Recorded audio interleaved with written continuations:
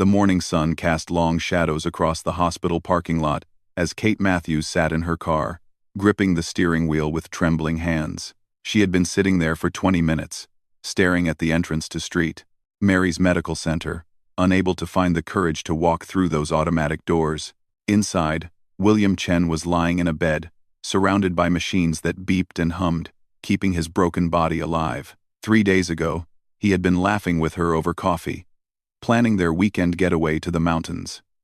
Now, the doctors were saying words like minimal brain activity and consider your options. Kate closed her eyes and remembered the day they first met, 2 years ago, at the downtown library. She had been struggling with a heavy stack of books about marine biology, her passion, and her future career path. The books had tumbled from her arms, scattering across the marble floor. William had been there instantly, helping her gather the scattered volumes. "Marine biology, huh?" he had said, his eyes lighting up as he handed her a book about coral reefs. "I'm working on my doctorate in environmental science. Maybe we could grab coffee sometime and talk about saving the oceans?" His smile had been so genuine, so warm, that Kate had said yes without hesitation. That coffee date had turned into dinner, then long walks along the pier, then lazy Sunday mornings reading scientific journals together while sharing pancakes. William had a way of making everything seem possible. When Kate doubted herself during her graduate studies, he would sit with her for hours, helping her work through complex problems. When she got rejected from her dream research position, he had held her while she cried, then spent the entire next day helping her find other opportunities. "You're going to change the world, Kate," he would tell her. "Your research on ocean conservation is going to matter. Don't give up." He believed in her dreams even when she stopped believing in them herself. William had this incredible ability to see the best in people, to find hope in the darkest situations. He volunteered at the animal shelter every weekend, not because he had to, but because he couldn't stand the thought of abandoned animals feeling alone. Kate opened her eyes and looked at the hospital again. A family was walking out, supporting each other, tears on their faces. She recognized that look. It was the same expression she had seen in the mirror this morning. The accident had happened so suddenly. William had been driving home from the university after defending his doctoral thesis. Kate was supposed to meet him for a celebration dinner. She had been getting ready, choosing between 2 dresses, when her phone rang. "Is this Kate Matthews?" the voice had asked. "Yes, who is this?" "This is Dr. Rodriguez from St. Mary's Emergency Department. You're listed as William Chen's emergency contact." "I'm afraid there's been an accident." The world had stopped spinning in that moment. Kate's dress slipped from her fingers as she grabbed her keys and ran to her car. The drive to the hospital was a blur of traffic lights and tears. When she arrived, Dr. Rodriguez had explained everything in careful, gentle terms. William's car had been hit by a drunk driver who ran a red light. The impact had been severe.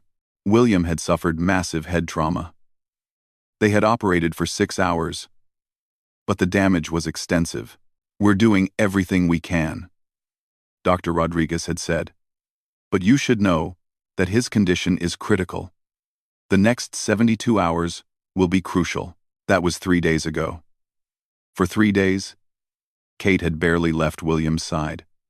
She had held his hand, talked to him, read him articles from his favorite science journals. The nurses were kind, bringing her coffee and blankets, but she could see it in their eyes. They had seen this before. They knew how these stories usually ended. William's parents had flown in from Seattle.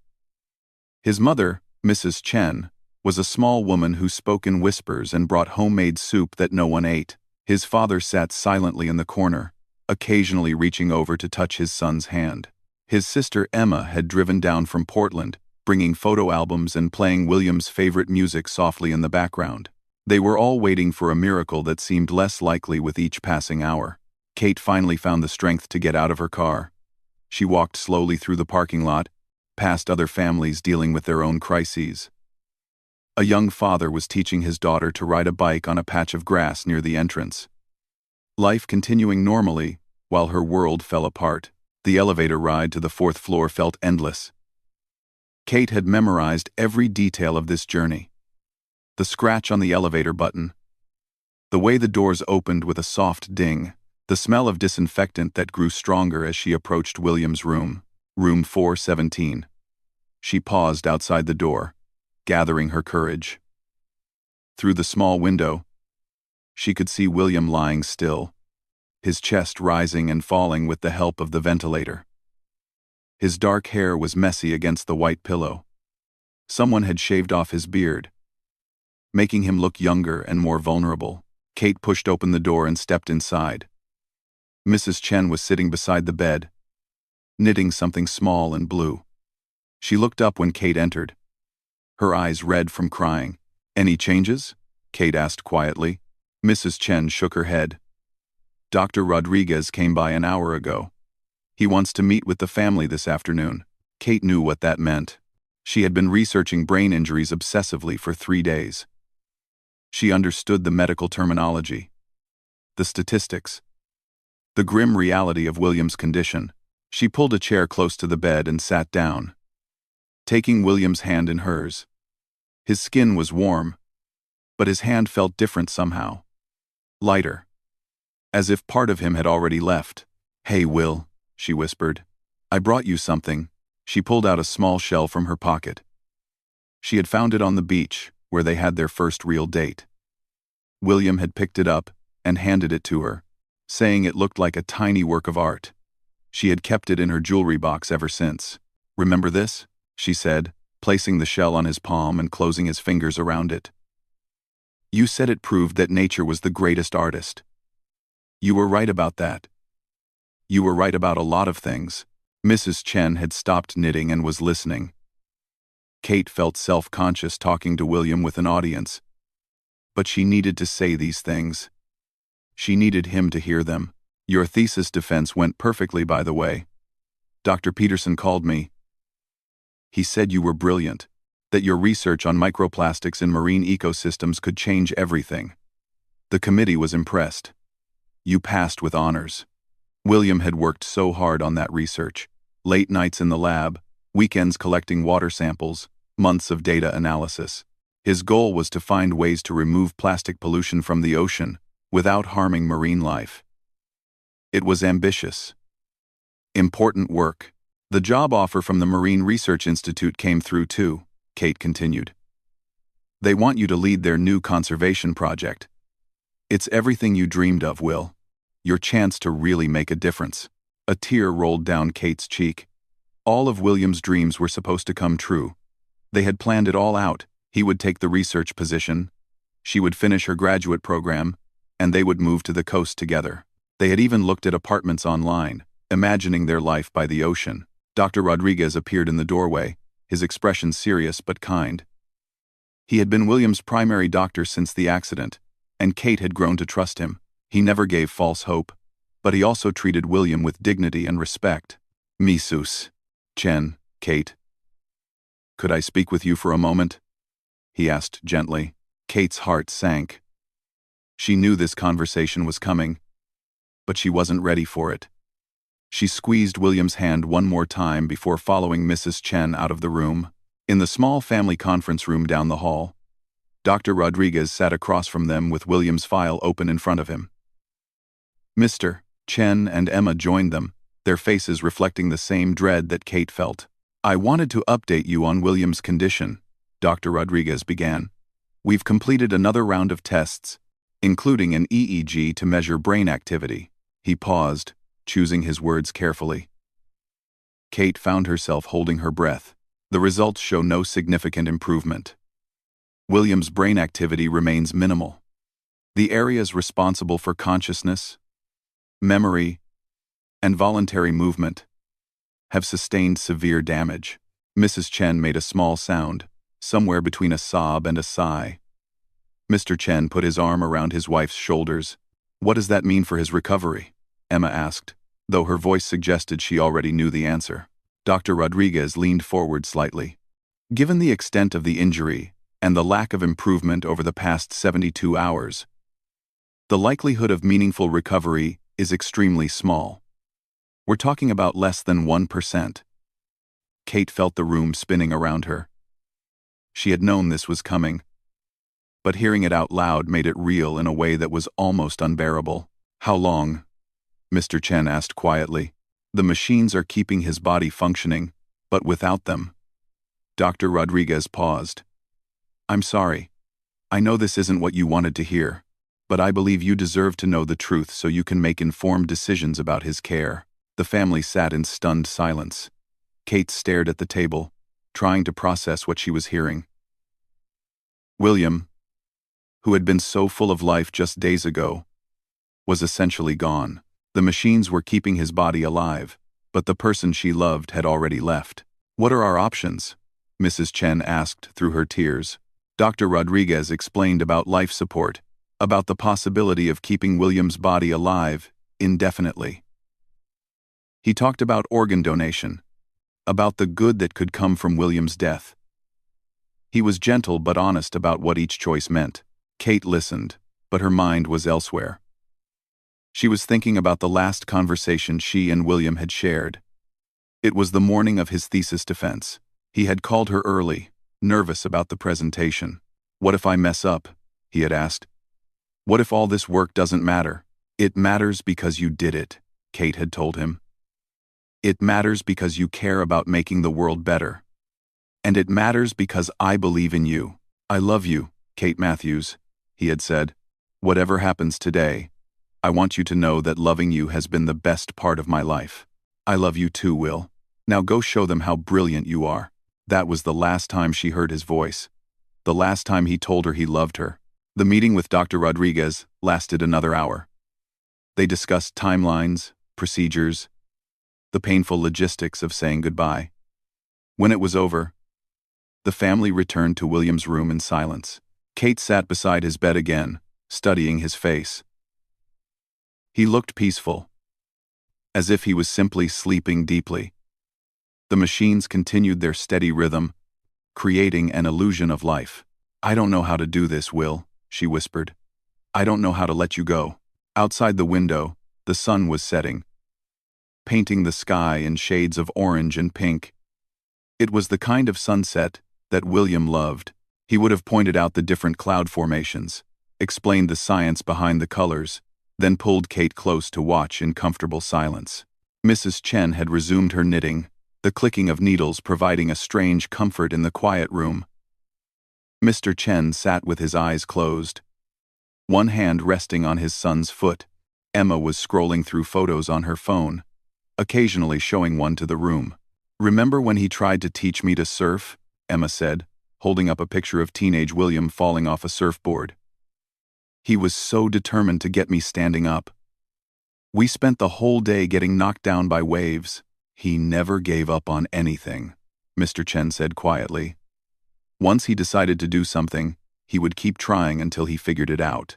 They shared more stories as the evening wore on. William's first science fair project, where he tried to prove that plants could grow in space soil. His high school graduation, where he gave a speech about the responsibility of his generation to protect the environment. The day he got accepted into graduate school. Calling the family with tears of joy in his voice, Kate listened to these stories about the William she never knew, the child and teenager who had grown into the man she loved. She realized how much she would never learn about him now, how many stories would remain untold. Around midnight, a nurse came in to check on William's monitors. She was an older woman named Susan, who had been especially kind to the family. "You should all go home and get some rest," Susan suggested gently. "I'll stay with him tonight. I promise to call if anything changes." "I want to stay," Kate said immediately. "Kate, honey, you haven't slept in 3 days," Mrs. Chen said. Kate knew they were right, but the thought of leaving William alone terrified her. What if he woke up and no one was there? What if these were his last hours? "I'll just stay until morning," Kate compromised. The rest of the family reluctantly agreed to go back to their hotel. They each said goodnight to William, touching his hand or kissing his forehead. Mrs. Chen lingered the longest, smoothing his hair and whispering something in Chinese that Kate didn't understand but recognized as a mother's love. When they were gone, Kate pulled her chair as close to the bed as possible. The room felt different in the quiet darkness. More intimate but also more frightening.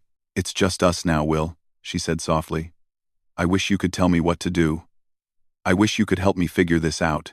She talked to him for hours, sharing memories, fears, and dreams. She told him about the life they would never have, the children they would never raise, the adventures they would never share. She cried until she had no tears left, then sat in peaceful silence, holding his hand. As dawn approached, Kate felt something shifting inside her. A quiet understanding that had been building over the past few days. William wasn't coming back. The man she loved was already gone. And holding on to his body wasn't bringing him back. She thought about what William would want. He had always been practical, always focused on making the most positive impact possible. He had signed up to be an organ donor when he got his driver's license, believing that helping others was more important than any personal concerns. "You always said you wanted to save lives," Kate whispered. "Maybe this is how." The sun was rising outside the window, painting the room in soft golden light. Kate watched William's face, memorizing every detail. His slightly crooked nose from a childhood bike accident, the small scar on his chin from a lab mishap, the way his eyelashes cast shadows on his cheeks. She leaned over and kissed his forehead, tasting the salt of her own tears. "I love you, William Chen," she said. "I will always love you. And I promise that your work will continue. Your research, your dreams of saving the ocean, all of it will matter. I'll make sure of it." Kate sat back and looked at the man who had changed her life in just 2 short years. Tomorrow, the family would have to make the hardest decision any family could face. But for now, in the quiet morning light, she just wanted to be with him a little longer. The machines continued their steady rhythm, marking time in a world where William's story was ending and Kate's was about to change forever. Outside, the city was waking up, people starting their normal days, unaware that in room 417, love was saying its most difficult goodbye. The morning brought a soft knock on the door. Kate opened her eyes, realizing she had fallen asleep with her head resting on the side of William's bed, her hand still holding his. Nurse Susan entered quietly, carrying a small breakfast tray. "I thought you might need some coffee," Susan said kindly, setting the tray on the small table by the window. Kate stretched, feeling the stiffness in her neck from sleeping in the chair. The digital clock on the wall showed 7:30 a.m. William's family would arrive soon, and then they would have to face the conversation they had all been avoiding. "Has there been any change?" Kate asked, though she already knew the answer from Susan's expression. "No, honey, I'm sorry." Kate nodded, accepting the cup of coffee Susan offered her. The warmth felt good in her hands, but she couldn't manage more than a few sips. Her stomach was too tight with anxiety to handle food. "Kate, can I tell you something?" Susan asked, sitting down in the chair that Mrs. Chen had occupied the night before. "I've been a nurse for 32 years. I've seen a lot of families go through what you're facing." Kate looked up at her, grateful for the gentle presence of someone who understood. "The hardest part is always the decision," Susan continued. "But I want you to know that whatever choice you and William's family make, it will be the right one. There's no wrong way to love someone." Kate felt tears starting again, but they were different now, less desperate, more accepting. "How do you know when it's time to let go?" Susan was quiet for a moment, considering her answer carefully. "I think you know when holding on becomes about your own fear, instead of what's best for the person you love. William wouldn't want his family to suffer endlessly. From what I've observed, he was someone who cared deeply about others' happiness." "He was," Kate whispered. "He always put everyone else first." "Then you have your answer, dear." Susan left Kate alone with her thoughts. Through the window, she could see people walking to work, children waiting for school buses, the ordinary rhythms of life continuing. It seemed impossible that the world could keep functioning normally when something so devastating was happening in this small room. At 9 o'clock, William's family returned. Mrs. Chen brought fresh flowers, bright yellow daffodils that she arranged in a vase by the window. Mr. Chen carried a thermos of tea that smelled like jasmine and home. Emma had printed out more photos, including one of William at his college graduation, grinning widely in his cap and gown. Dr. Rodriguez joined them an hour later, along with a woman Kate hadn't met before. "This is Dr. Patricia Wells," he explained. She coordinates our organ donation program. If you decide to pursue that option, she'll guide you through the process. She coordinates our organ donation. She coordinates our organ donation. She'll guide you through the process. Dr. Wells was a woman in her 50s with kind eyes and a calm demeanor. She explained the organ donation process in detail, answering every question with patience and compassion. William's organs could save up to 8 lives, she said gently. His heart, liver, kidneys, lungs, pancreas, and small intestine are all viable for transplantation. His corneas could restore sight to 2 people. His tissue donations could help dozens more. Kate thought about the organ donor symbol on William's driver's license. He had been so young when he made that decision, probably never imagining it would actually matter, but he had always believed in helping others, even if it cost him something personally. What's the timeline? Mr. Chen asked quietly. We would need to maintain life support while we find suitable recipients, Dr. Wells explained. The process usually takes 24 to 48 hours. During that time, you can spend as much time with William as you want. Many families find it helpful to have that transition period. Mrs. Chen was crying softly, but she nodded. William would want to help people. Even now. Emma reached over and took her mother's hand. Remember how he always said he wanted his life to matter? This is how it can still matter. What? The family spent the rest of the morning discussing the decision. It wasn't easy. Each of them struggled with the finality of what they were choosing, but as they talked about William's values, his beliefs, his deep compassion for others, the path became clearer. I think we need to honor what William would want, Mr. Chen said finally. He would want to save lives if he could. Kate felt a mixture of relief and devastating sadness. The decision felt right, but it also meant accepting that William was truly gone. There would be no miraculous recovery. No last-minute reprieve. This was how their love story ended. Dr. Wells began the process of finding recipients for William's organs. The family was told it might take until the next day to coordinate everything. That gave them precious time to say goodbye properly. Kate called her own family, struggling to find words to explain what was happening. Her parents offered to drive down immediately, but Kate asked them to wait. She needed this time to be about William and his family. She also called Professor Martinez, William's thesis advisor, to let her know about the situation. Professor Martinez was devastated by the news but promised that William's research would continue. His work on microplastics was groundbreaking, she told Kate. We'll make sure it gets published. His findings could change how we approach ocean cleanup. William's legacy will live on through science. That afternoon, friends began arriving at the hospital. William's graduate school colleagues, people from the animal shelter where he volunteered, neighbors who had become friends over the years.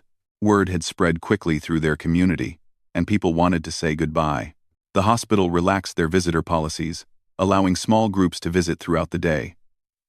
Kate watched as person after person shared stories about how William had touched their lives. His lab partner talked about late nights when William would bring coffee and snacks for everyone. A woman from the animal shelter cried as she described how William had spent months nursing an injured bird back to health. He had the biggest heart, said Marcus, a fellow graduate student. Remember when the university was going to cut funding for the environmental program? William organized the entire petition campaign. He spent weeks meeting with administrators, presenting data, fighting for something he believed in. He saved my thesis, added Sarah, another classmate. I was ready to quit when my research hit a dead end. William spent an entire weekend helping me restructure my approach. He wouldn't take no for an answer. Also, Kate listened to these stories, learning new things about the man she loved even in these final hours. William had been quietly helping people all around them, making a difference in ways she had never known about. As evening approached, the room grew quieter. The friends had gone home, promising to attend whatever memorial service the family planned. Only the closest people remained: William's parents, Emma, and Kate. Mrs. Chen had been knitting steadily all day, her hands finding comfort in the familiar motion. Kate finally asked what she was making. A baby blanket, Mrs. Chen said softly. For Emma's baby. Kate looked at Emma in surprise. Emma nodded, her hand moving instinctively to her still flat stomach. I found out a week ago, Emma explained. I was waiting for the right time to tell everyone. William was going to be an uncle. The room fell silent as they all absorbed this bittersweet news. New life beginning as another ended. The cycle continuing even in the midst of loss. William would have been the best uncle, Kate said, and everyone nodded in agreement. He would have spoiled that baby completely, teaching them about ocean conservation and rescue animals, and following their dreams. The baby will know about Uncle William, Emma promised. I'll make sure they understand what an amazing person he was. As night fell, Kate found herself alone with William again. His family had gone to get dinner, encouraging Kate to rest. But she couldn't leave. These were their last hours together, and she didn't want to miss a moment. She had brought a book of poetry that William loved, a collection by Mary Oliver who wrote about nature and the connection between humans and the environment. William had read these poems aloud to Kate on lazy Sunday mornings, his voice giving life to the words about wild geese and summer days and the fierce beauty of the natural world. Kate opened the book to one of William's favorites and began to read aloud. Tell me, what is it you plan to do with your one wild and precious life? Her voice broke on the words. This was exactly what William had been doing with his life, something wild and precious and meaningful. He had been working to save the oceans, to make the world better, to love deeply and completely. You did it right, Will, she whispered. Your one wild and precious life mattered so much. She read several more poems, sharing the words that William had loved. The machines continued their steady rhythm, but Kate was no longer focused on them. Instead, she was remembering William's voice reading these same poems, his passion for the ideas they contained. Around midnight, Dr. Wells returned with an update. They had found recipients for all of William's organs. A 45-year-old teacher would receive his heart. A teenager with kidney disease would get one kidney, while a grandmother would receive the other. A young father with liver failure would get a second chance at life. The list went on. Each organ matched to someone desperately waiting for hope. The surgeries are scheduled for tomorrow evening, Dr. Wells explained gently. That gives you most of the day to spend with William. Kate nodded, feeling the weight of finality in those words. Tomorrow evening, William's body would help save multiple lives, but it would also be the absolute end of their story together. When Dr. Wells left, Kate looked at William lying peacefully in his bed. She tried to memorize everything about this moment, the way his chest rose and fell with the ventilator, the warmth of his hand in hers, the soft sound of rain beginning to fall outside the window. Tomorrow is going to be the hardest day of my life, she told him. But I'm going to do it because I love you. Because this is what you would want. She curled up in the reclining chair that had become her second home, pulling a hospital blanket around her shoulders. For the first time in days, she slept deeply, her hand still holding William's, their fingers intertwined one last time. When she woke the next morning, the sun was shining through the window, illuminating the yellow daffodils Mrs. Chen had brought. It was going to be a beautiful day, the kind of spring day that William loved. He always said that sunny days were nature's way of reminding people to be hopeful. Kate looked at his peaceful face and felt something shift inside her chest. The desperate, clinging grief was transforming into something else. Love. Yes. But also, gratitude. Gratitude for the time they had shared, for the way William had changed her life, for the privilege of loving someone so completely good. Today would be about celebrating William's life, not just mourning his death. Today would be about making sure his story continued, even after his body was gone. The family gathered early, each person bringing something special to share with William. Mrs. Chen brought his favorite breakfast, eggs and rice with green onions, the comfort food of his childhood. Mr. Chen brought a letter he had written but never sent, full of pride for his son's accomplishments. Emma brought the baby blanket she was knitting, now finished, so William could somehow be part of welcoming the new family member. Kate brought the small shell from their first date, planning to place it with William so part of their love story would stay with him always. Throughout the morning, they took turns sitting with William, sharing memories, saying things they needed him to hear. The room filled with laughter as well as tears, as they celebrated the man who had brought so much joy to their lives. Remember his terrible cooking? Emma laughed. He once tried to make pasta, and somehow managed to burn water. Actual water. But he never stopped trying, Mrs. Chen added. He was so determined to learn how to cook for Kate. He called me every week, asking for recipe advice. Kate smiled through her tears. He finally mastered scrambled eggs. He was so proud of himself. Made them for me every Sunday morning. These ordinary moments suddenly felt precious beyond measure. The daily life they had shared. The small kindnesses. The comfortable routines. All of it had been love in its simplest, most beautiful form. As afternoon approached, Dr. Wells and the surgical team began preparing for the organ recovery process.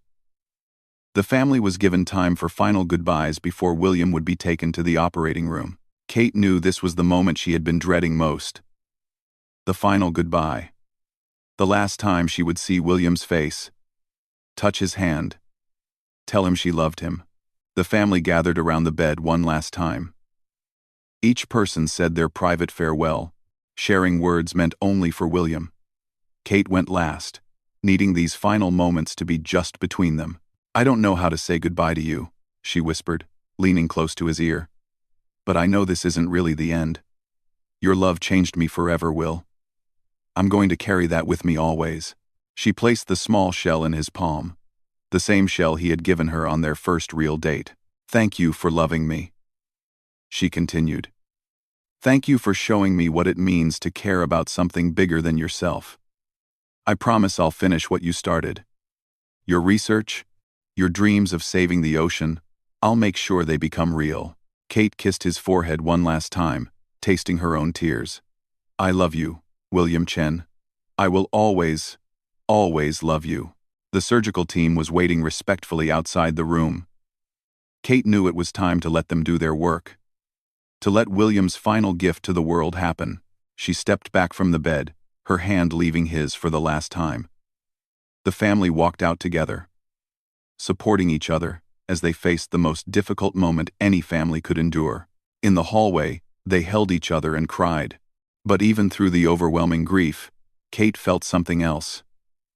Peace. They had made the right choice. William's life would continue to matter, would continue to save lives and bring hope to families facing their own desperate situations. The waiting area became their sanctuary for the next several hours. Family friends brought food that no one ate. Nurses checked on them regularly, offering comfort and updates. Dr. Wells kept them informed about the progress of matching William's organs to their recipients. The heart surgery has begun, she told them at one point. The recipient is a teacher with 3 young children. She's been waiting for 18 months. Kate thought about that teacher somewhere in the hospital, surrounded by her own family, hoping for a miracle. William was giving her that miracle. Even in death, he was saving lives. As evening fell, Dr. Wells returned with final news. All of the surgeries had been successful. William's organs were now part of 8 different people, giving them the chance to go home to their families, to continue their own stories. I want you to know, Dr. Wells said softly, that William's donation was extraordinary.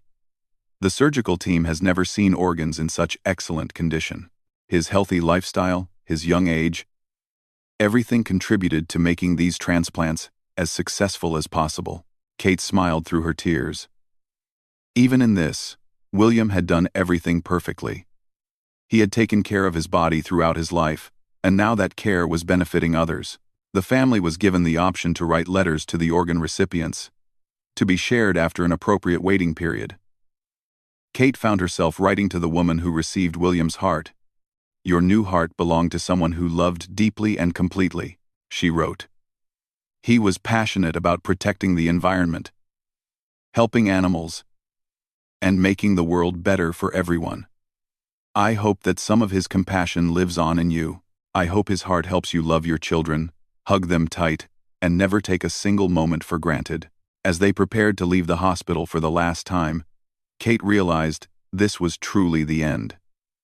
William's body was gone, his organs saving other lives. What remained now was the love he had given them, the memories they would carry, and the responsibility to continue his work. Standing in the parking lot where she had sat in her car just days earlier, Kate looked up at the hospital. Room 417 was dark now, ready for the next family facing their own crisis. But the love that had filled that room would continue. William's story would live on in the lives he had saved, in the research he had completed, in the hearts of everyone who had known him. The wordless goodbye was complete. But Kate was beginning to understand that love doesn't end with death. It transforms, becomes something larger and more lasting. William's love would guide her through whatever came next, and she would make sure his dreams of saving the ocean became reality. Tomorrow would bring the challenge of learning how to live without him. But tonight, she was grateful for every moment they had shared, every laugh and tear, and quiet Sunday morning. Their love story was ending, but the love itself would continue forever.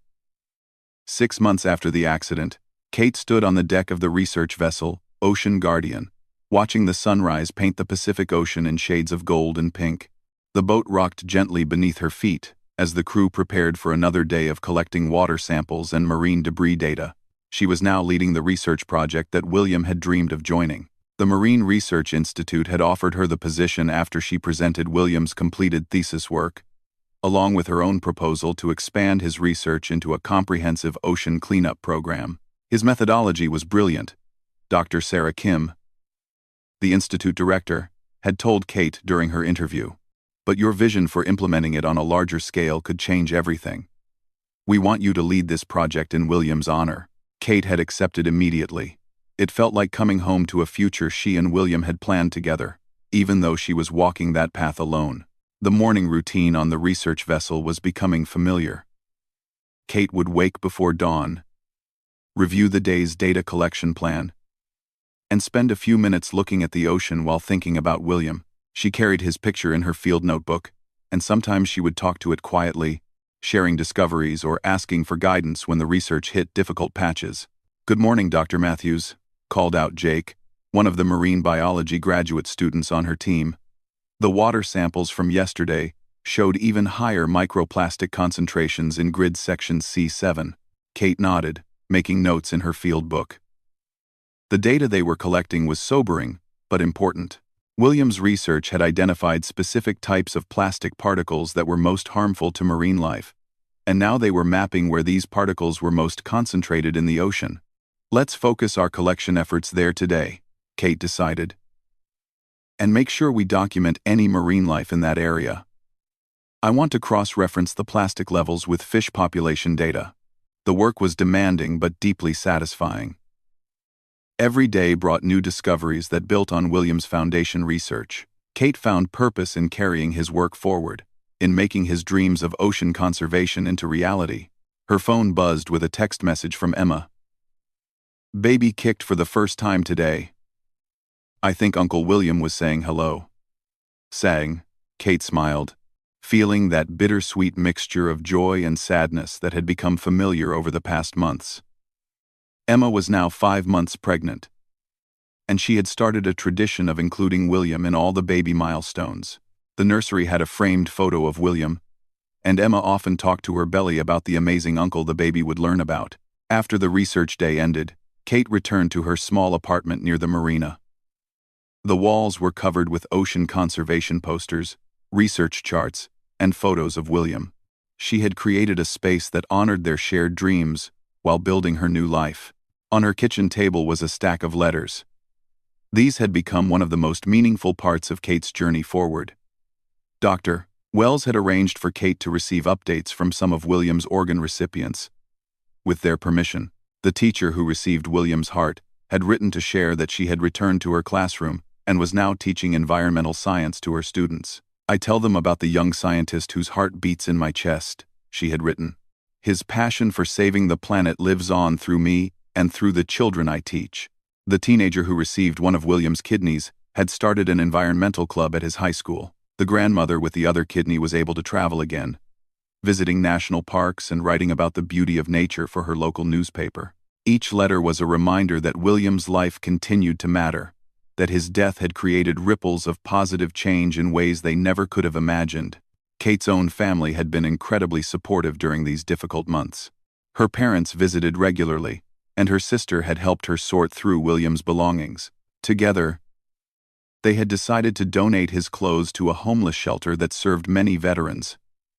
Something William would have appreciated. His books went to the university library, with a special collection created in his name. Most of William's research materials and field equipment came to Kate. She treasured his field notebooks, filled with his careful handwriting and detailed observations. Sometimes she would read through them late at night, feeling connected to his mind and his passion for discovery. The hardest part of moving forward had been the quiet moments. Waking up alone in the morning, cooking dinner for one person, having exciting news about her research with no one to share it with immediately. Kate had learned to sit with these moments of loneliness rather than trying to escape them. She had also started going to a grief support group at the local community center. The group met every Thursday evening, bringing together people who had lost spouses, partners, and fiancés. Initially, Kate had resisted the idea, but her therapist had gently encouraged her to try it. Grief isn't something you get over, Dr. Linda Chen, no relation to William, had explained during one of their sessions. It's something you learn to carry. The support group can help you learn how to carry it with grace. The support group had become an unexpected source of strength. Kate met other young widows who understood the unique challenges of losing a life partner at a young age. There was Margaret, whose husband died in a mountain climbing accident. David, whose wife died of cancer at 28. Sarah, whose fiancé died in military service. They shared practical advice about everything from handling finances to dealing with well-meaning but hurtful comments from people who didn't understand grief. But mostly, they provided a space where Kate could talk about William without having to explain her relationship or justify her continued sadness. Love doesn't die when a person dies, Margaret had said during one meeting. It just becomes a different kind of love. A love that has to sustain itself on memories instead of new moments. Kate found truth in those words. Her love for William had indeed transformed. It was no longer the excited, future-focused love of their courtship.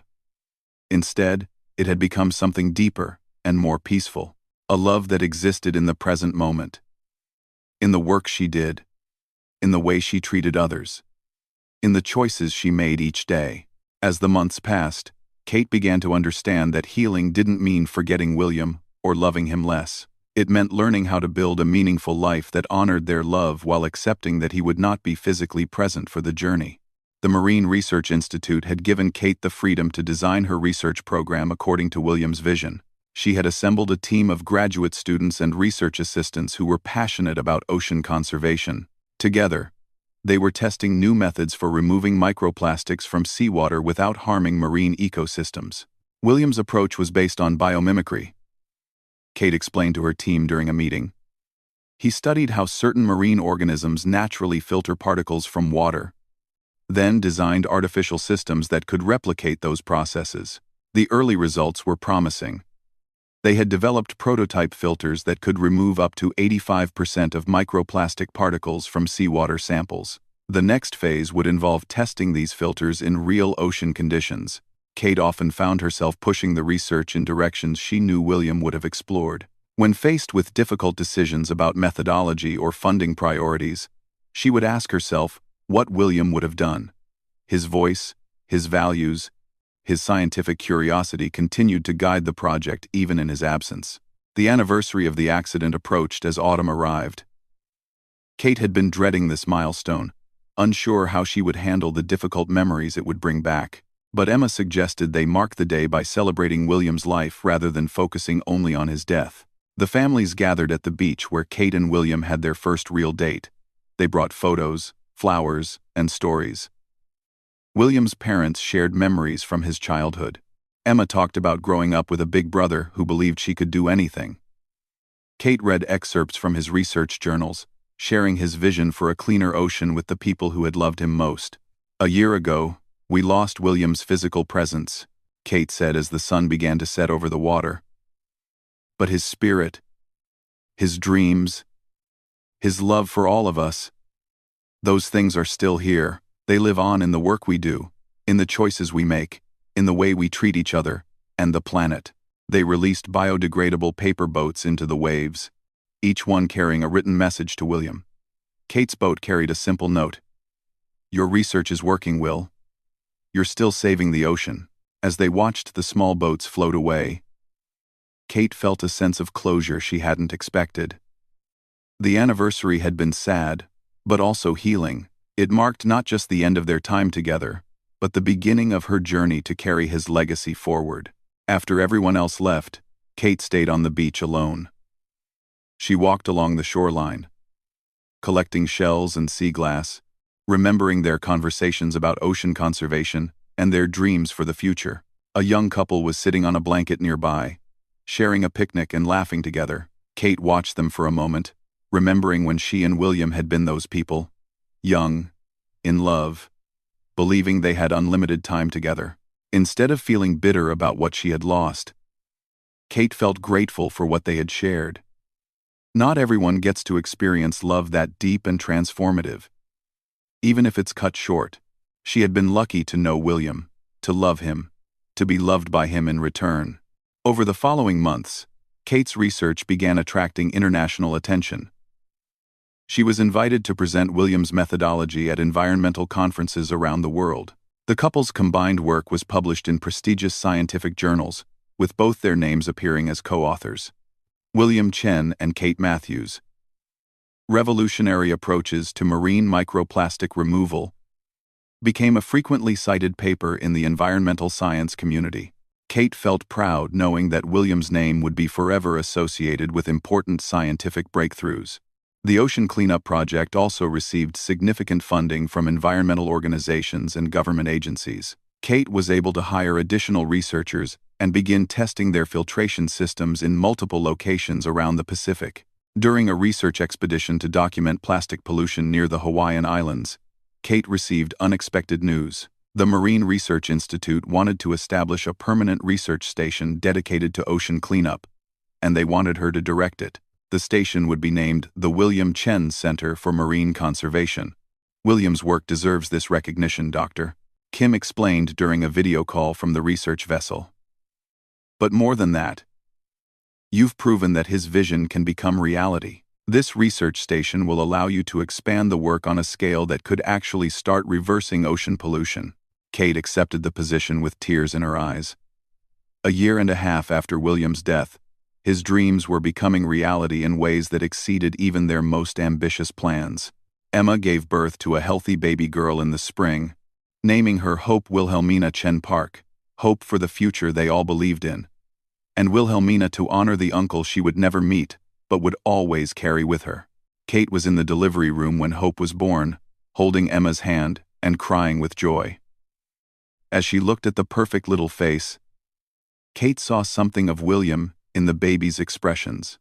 Not a physical resemblance exactly, but something in her alert, curious eyes that reminded Kate of William's constant wonder about the world around him. "She's going to change the world," Kate whispered, holding the baby for the first time.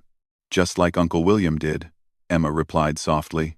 Hope would grow up hearing stories about William's work, his kindness, his passion for protecting the planet. She would learn that love and scientific curiosity could change the world, and that sometimes the most important work happens when people support each other's dreams.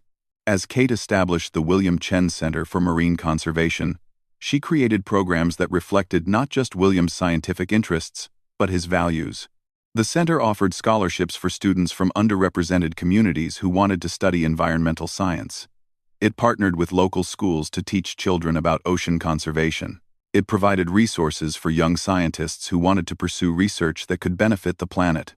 William believed that science should serve everyone, Kate explained to reporters who came to cover the center's opening. "This research station isn't just about removing plastic from the ocean. It's about creating opportunities for the next generation of environmental scientists, especially young people who might not otherwise have access to these resources." The center's work expanded rapidly. Within 2 years, they had developed filtration systems that were being tested in 10 different locations around the Pacific. Early results showed that large-scale microplastic removal was not only possible, but economically viable. Kate often worked late into the evening at the center, analyzing data or writing grant proposals. The building had a large window overlooking the ocean, and she would sometimes pause in her work to watch the sunset, feeling William's presence in the beauty of the natural world they had both loved. On quiet nights like these, Kate would reflect on the journey that had brought her to this point. The devastating loss had transformed into purposeful action. The grief had become fuel for important work. The love she and William had shared was now benefiting people around the world. She had learned that healing from profound loss doesn't mean returning to who you were before. Instead, it means becoming someone new, someone who carries the love and lessons of the lost person forward into unknown territory. Kate kept William's picture on her desk at the research center, next to a small shell from their first date and updates from his organ recipients. Sometimes visitors would ask about the photo, and Kate would share the story of how William's passion for ocean conservation had inspired everything they were accomplishing. "Love never really ends," she would tell these visitors. "It just changes form." William's love for the planet, for science, for making things better. That love is still active in the world. It's just working through different people now. 3 years after William's death, Kate received an invitation that surprised her. The International Environmental Science Foundation wanted to present her with their Young Researcher Award for outstanding contributions to marine conservation. The ceremony would be held in Geneva, with environmental scientists from around the world in attendance. Kate almost declined the invitation. She felt uncomfortable receiving recognition for work that had been built on William's Foundation research. But Dr. Kim convinced her that accepting the award would honor William's memory, while also bringing more attention to their ocean cleanup project. "William would want you to accept this recognition," Dr. Kim argued.